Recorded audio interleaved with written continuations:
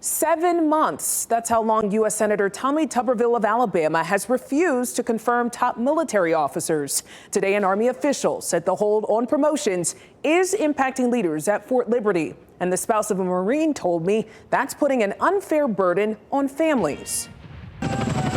In the U.S. military, order is a way of life. So active duty Marine Corps spouse Brandy Jones does not use these words lightly. And now you're thrown into complete limbo and complete chaos in your family. She's talking about the impact of the 7-month-long standoff between U.S. Senator Tommy Tuberville and the Department of Defense. The Republican from Alabama is single-handedly holding up the nominations and promotions of more than 300 senior military leaders in protest of the Pentagon's abortion policy. As an advocate for military families with the nonpartisan group Secure Families Initiative, Jones says many are now stuck between new jobs, homes, and schools. Now you no longer have a job where you are currently living, nor do you have a job where you were supposed to go. Duke professor Peter Fever says Senator Tuberville's policy concerns are valid. The question of how to handle health care for servicewomen in the post-Roe v. Wade era, that's a legitimate policy question. But Fever, who served on the National Security Council in the Bush administration, says that debate should happen in Congress.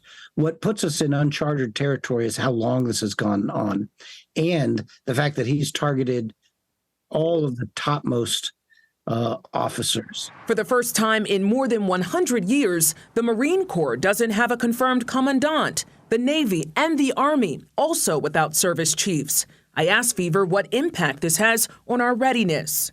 It's profound, and it will take a while for it to be played out. Of course, the military is a large organization, and the military is not going to collapse tomorrow because of this.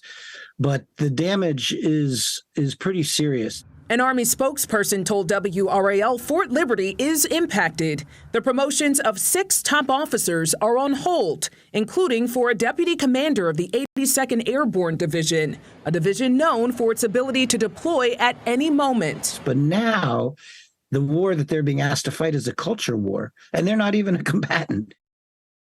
Professor Fever says right now there is no end in sight to this standoff either, and the number of officers impacted will rise to 600 by the end of this year. I wanted to show you this image again. Jones and other spouses with Secure Families Initiative, they took a trip to D.C. to hand deliver a letter to Senator Tuberville asking him to end the hold. Meanwhile, the senator shared a letter with lawmakers showing that he's getting support from veterans as well.